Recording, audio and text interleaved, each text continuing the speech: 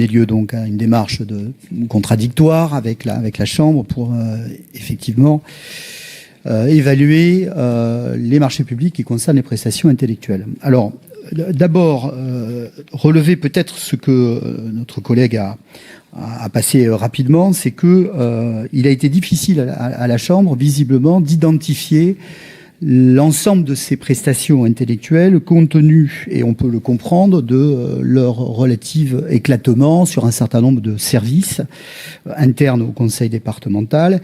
Et donc la lecture comptable, en tout cas budgétaire consolidée, n'est pas visiblement chose aisée.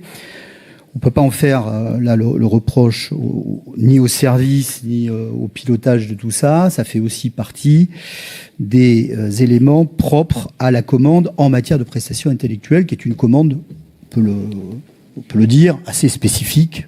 Si j'en juge à ce qu'on fait aussi dans nos collectivités, quand on passe ce type de prestations intellectuelles, on est évidemment soumis au marché, mais la nature du répondant est aussi importante en termes de confiance, de fiabilité, de légitimité technique et d'expertise.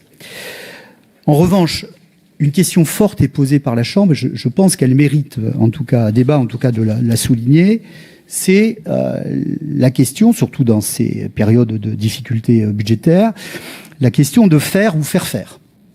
Et ce point est relevé explicitement par la Chambre. Comment est-il possible, nous dit la Chambre, dans un conseil départemental employant 17 administrateurs territoriaux, plus de 240 ingénieurs, 500 attachés territoriaux, comment est-il possible que nous soyons amenés à prester autant vers l'extérieur, alors même que nous disposons de compétences et d'expertise fortes en interne? Voilà, ça c'est une question très importante parce qu'elle fait appel non seulement à la structuration de nos services, mais aussi à la façon dont nous régissons ces commandes extérieures et dont nous pouvons à un moment donné privilégier l'externalisation par rapport à l'internalisation. C'est donc une question importante. Elle est posée aussi bien à vous, Monsieur le Président, qu'aux services eux-mêmes dans leur capacité à contribuer après à ce type d'études. Même si on comprend que sur certains points stratégiques, il n'est peut-être pas opportun non plus d'être jugé parti, on peut l'entendre, mais en tout cas dans l'ampleur de ces prestations, la Chambre souligne cela. Deuxième élément, elle souligne aussi évidemment le fait que le fait d'utiliser, entre guillemets, ou plus exactement de valoriser l'expérience interne est sans doute source de moindres coûts que le fait de prester à l'extérieur. On peut l'entendre aussi.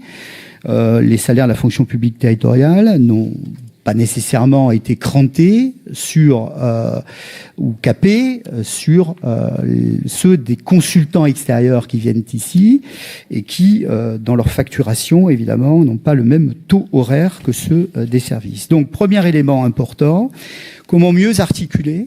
Et derrière, on voit aussi que l'enjeu est non seulement un enjeu de valorisation des ressources humaines, mais aussi un enjeu important d'économie, peut-être une source d'économie budgétaire quand cela est possible. Deuxième élément que j'ai relevé, c'est la logique de la capitalisation qui est soulevée par la Chambre, qui est aussi un enjeu important. Autrement dit, comment, après avoir eu recours à des cabinets extérieurs, il nous est possible d'internaliser un certain nombre d'éléments pour faire en sorte qu'on puisse se les approprier de façon, derrière, à réduire peut-être les prestations extérieures, en tout cas sous la forme d'un modèle de transfert de compétences, de savoir-faire ou gestion des connaissances, comme on dit aujourd'hui de façon un peu savante, mais bon, peu importe le terme.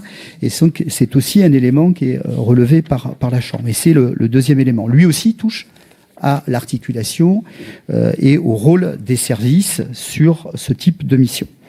Enfin, peut-être une comparaison. Alors, je sais que comparaison n'est pas raison, mais là, sur le volume presté vers l'extérieur par rapport à d'autres départements. Nous sommes livrés à une comparaison dont j'espère qu'elle est en tout cas la plus objective possible pour pouvoir aussi participer au débat là autour de ce rapport. Donc, j'ai bien noté qu'il nous était donné à prendre connaissance mais sur cette étape. D'autres conseils départementaux. Alors, on a essayé de prendre un conseil départemental qui nous ressemble un peu, en tout cas, qui puisse faire une base de comparaison. C'est celui de la Haute-Garonne.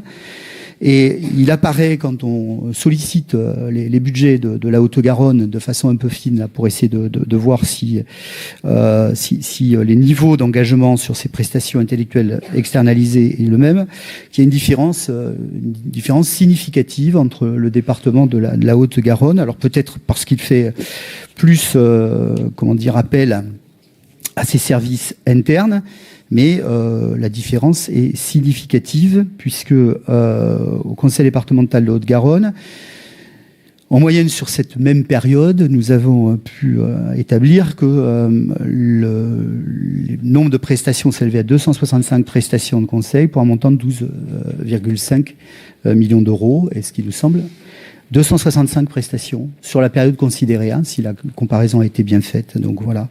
Donc là aussi, peut-être est-il opportun, j'imagine que vous le faites avec l'ensemble des autres départements sur cette question, de regarder un peu quelles sont les pratiques d'autres institutions départementales pour voir si nous pourrions nous en inspirer.